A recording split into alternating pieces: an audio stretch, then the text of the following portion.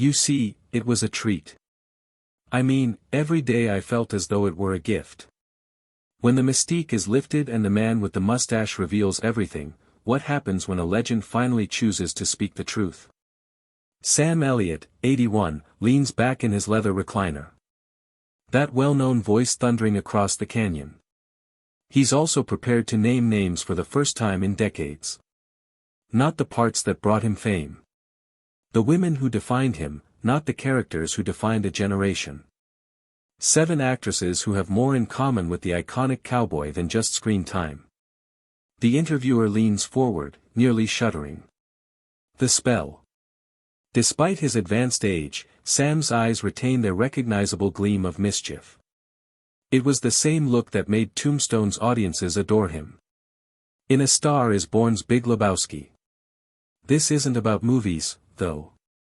The man who lived between the cameras is the subject of this. The evenings when the real Sam Elliott emerged from the shadows and the sets went black. His famous mustache twitches with a mixture of a secret and a smile as he takes a slow drink of whiskey and enjoys the burn. With the exception of the distant sound of wind blowing through the trees outside his Malibu home, the room becomes quiet. Now is the time for his fans to have pondered for half a century. The women who attracted the most mysterious leading guy in Hollywood. The females who discovered the fire that burned behind Sam Elliott's worn appearance and laconic appeal never pursued success in the same way that other actors did. He didn't play the Hollywood game with calculating precision or court the headlines. Both on and off screen, he was always the quiet, powerful kind. However, his mystery and silence just added to his allure. Some of the most stunning and gifted actresses of their eras were powerlessly ensnared in his orbit as women were attracted to him like moths to a flame. Although their story became a Hollywood legend for different reasons, Katharine Ross was the first to fall under his spell. Explanations. In 1978, they first crossed paths on the set of The Legacy. Sam recalls the moment when everything changed, yet it was just 2 professionals going about their work. It wasn't during a romantic supper or a passionate love scene.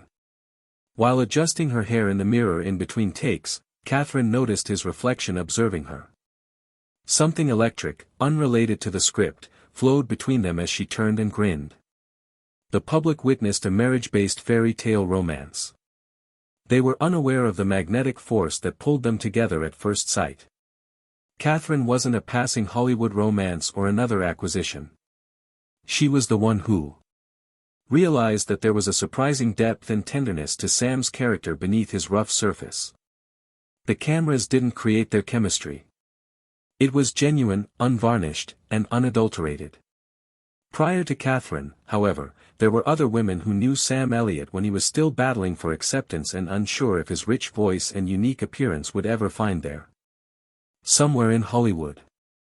Before anyone knew the towering, mustached Sacramento cowboy's name, these actresses spotted his promise.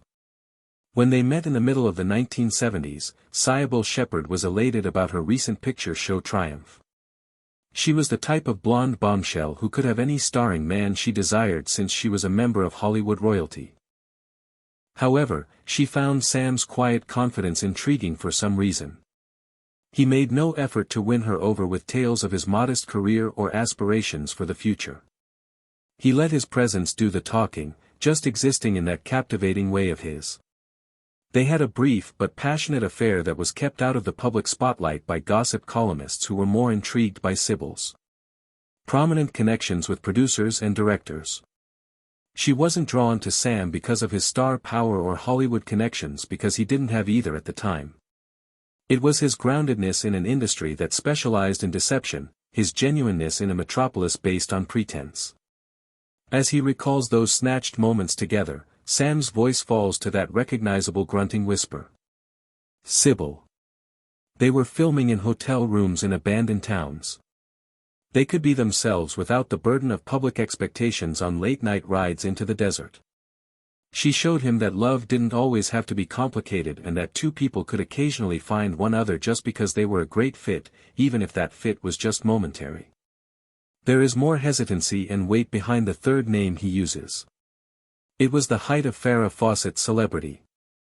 With her golden hair and beautiful smile, America's darling inspired a million posters. Behind the public persona, however, was a woman yearning for something genuine, something more profound than the shallow bonds that seemed to characterize Hollywood romance. Both Sam and Farah had no idea how their careers would develop until they met at a charity function in 1979. Beyond her evident beauty, she had a compelling quality. Because most people were so preoccupied with looking at everything else, they failed to notice the searching quality in her eyes and the vulnerability that lay beneath the confidence. They clicked right away, but complex. Though their relationship was already displaying flaws that the media hadn't yet noticed, Farah was seeing Lee Majors. Even though he was still years away from becoming the starring man who would define his future career, Sam was establishing himself as a character actor. They discovered solace from the demands of their varying degrees of celebrity in one another. The 6-month-long affair was carried out in hidden places out of the prying eyes of gossip columnists and photographers. Sam recalls Farah as a woman who loved cautiously yet laughed readily. Someone who recognized that their relationship was in a bubble that was unable to withstand the intense scrutiny of the public. By the time it was over, they both understood that. Had provided each other with precisely what they required at precisely the appropriate moment. However, Glenn Close is arguably the most unexpected name Sam discloses. She was still mostly recognized as a theatrical actress with classical training and significant dramatic skills years before Fatal Attraction made her a household celebrity. Together, they produced a television film that has since been. Except for the two individuals who discovered magic in one another, everyone forgot. Glenn stood out from the other ladies in Sam's life during those brief weeks of filming. She refused to be struck by his innate charm until he demonstrated that he had substance to match, pushed him to learn more about his craft, and challenged him intellectually. Their bond was as much about developing artistically as it was about developing physically. Allure. As he recalls lengthy chats that lasted into the early morning hours, Sam's eyes grow aloof, despite the fact that their chemistry was evident to everyone who saw it on set. Glenn's gentle wisdom was matched by his ferocious intelligence. She could see the sensitive man underneath his stoic cowboy exterior. Their brief affair was transforming, but he recognized the passionate woman underneath her professional, controlled appearance. Each is influencing the other's method of working and their perception of what it means to have a genuine connection with someone. As Sam is ready to deliver the remaining names, the room becomes quieter. Each bearing their own burden of significance and recollection. The renowned actor, who made a name for himself as a powerful silent person, is now prepared to speak up. To tell the tales that influenced his personal life as well as his comprehension of love, desire, and the intricate dance between two individuals who are drawn to one another in defiance of reason and expectation. The weight of the fifth name that escapes Sam's lips is regret and the potential outcomes. When they first met in the early 1980s, Cher was already a household name. A woman who, just by entering a room, demanded attention. However, it wasn't her celebrity or her exaggerated persona that enthralled Sam. It was as the lights waned and he caught a glimpse of the exposed woman behind the sequins and the demeanor with which they met at a Hollywood party that Sam grudgingly went to. Never at ease with the small talk and schmoozing that seemed to drive the industry. Cher discovered him sipping a beer on the balcony while gazing out at the city lights that were dispersed like falling stars below. She did not come to him with the assurance that one would expect from a woman who had mastered both film and music. Rather, she asked if she may join him in the silence, almost shyly. 3 months of stolen moments ensued, defying the public's preconceived notions about them both. Cher's unvarnished honesty about her anxieties and insecurities totally disarmed Sam, the stern cowboy who rarely displayed emotion.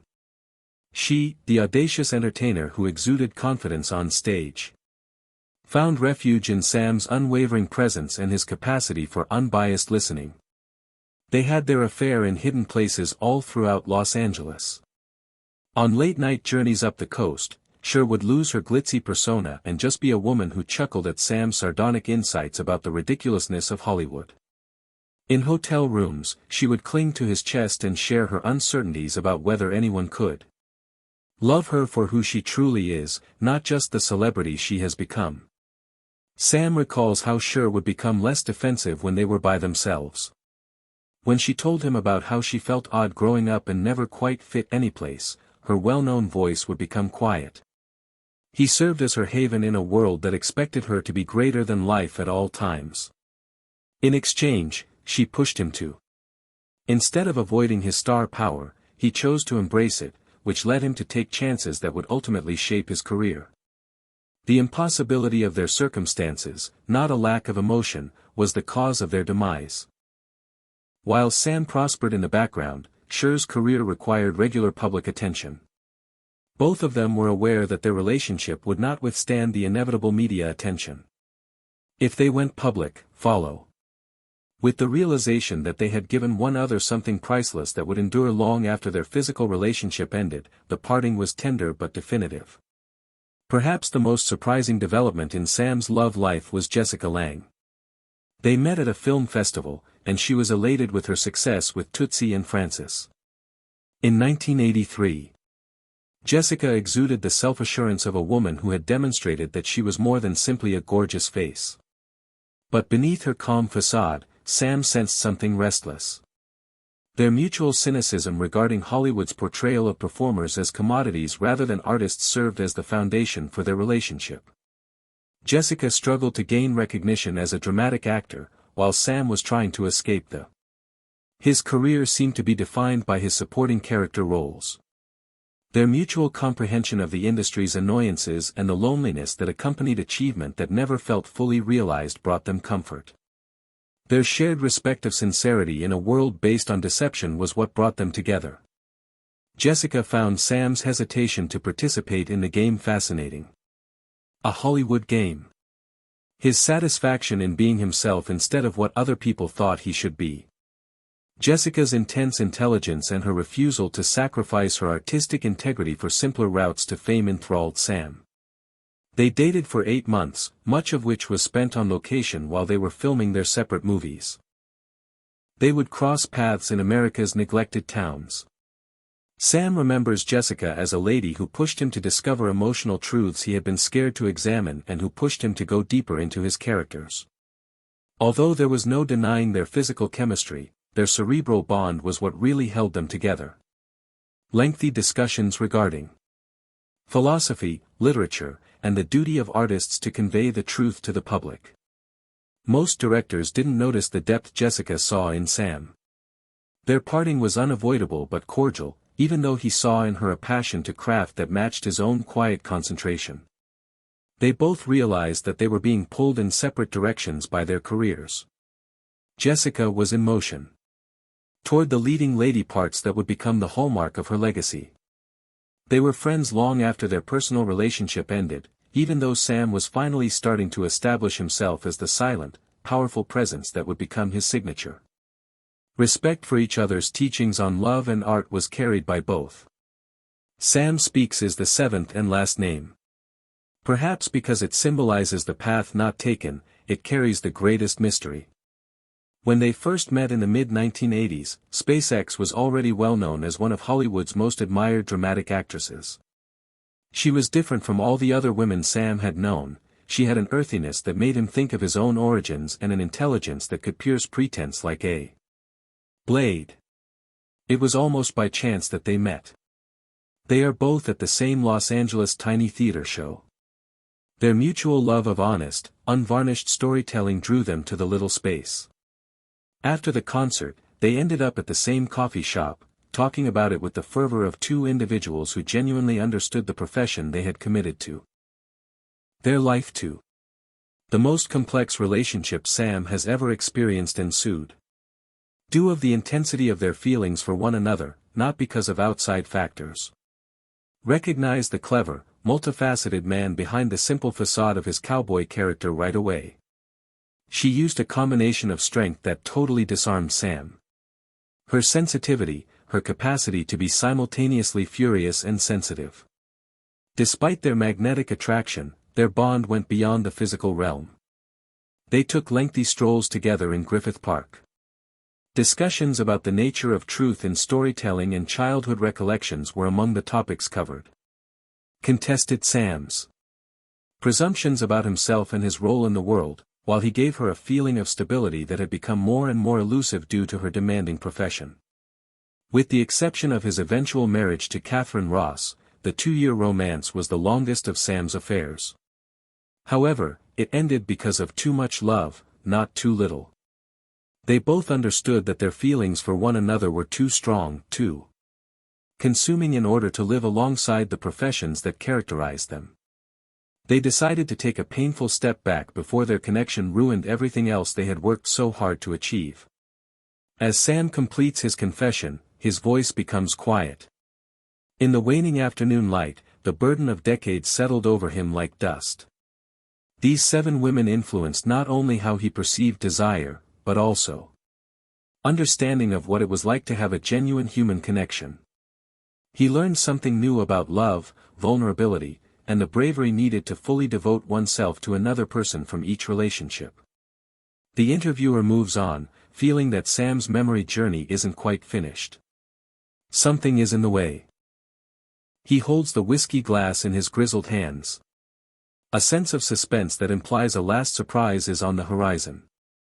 Like a held breath, the silence envelopes them. And Sam's voice has a different sound, deeper and more hesitant, when he eventually speaks again. "There's another thing," he says. Additionally, for the renowned confidence falters for the first time during the discussion. "I've never said this to anyone, not even Catherine."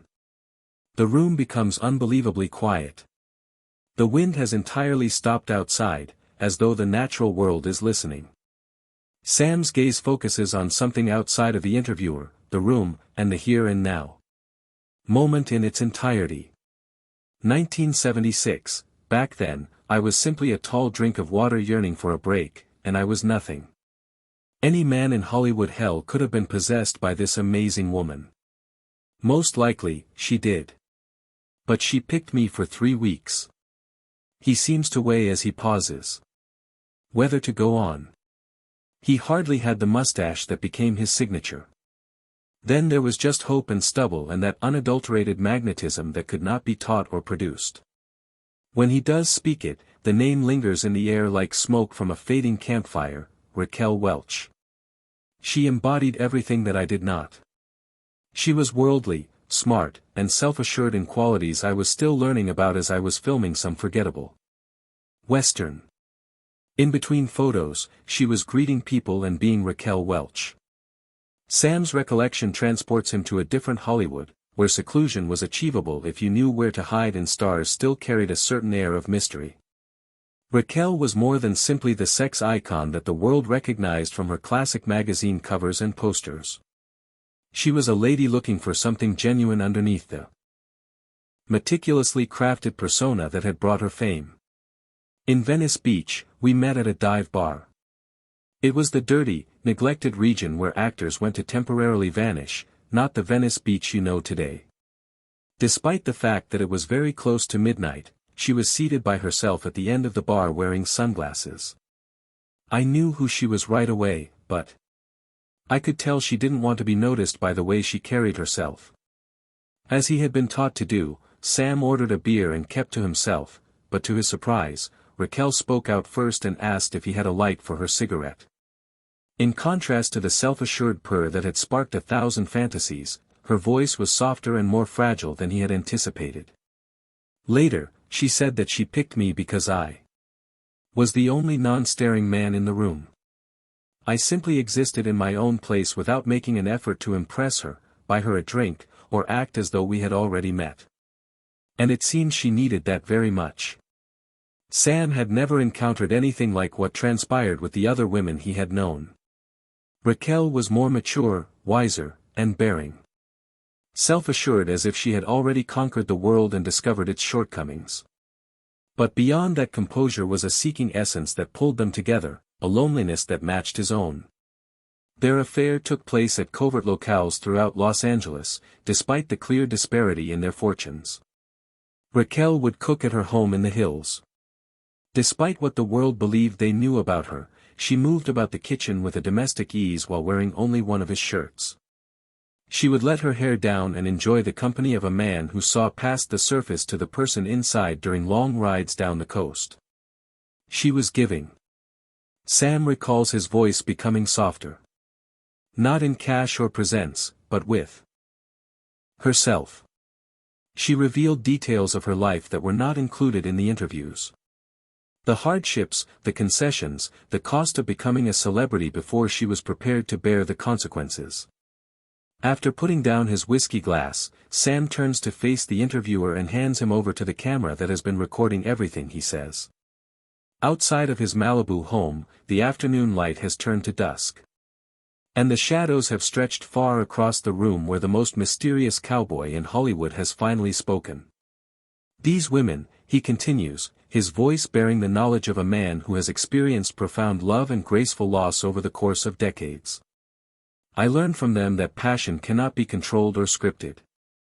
It is an occurrence that takes place in the areas where two individuals make the decision to be truthful with one another. At 81, Sam Elliott looks just like himself, with the mustache twitching one last time. A guy who has found serenity in the telling, lived life to the fullest, and loved without reservation.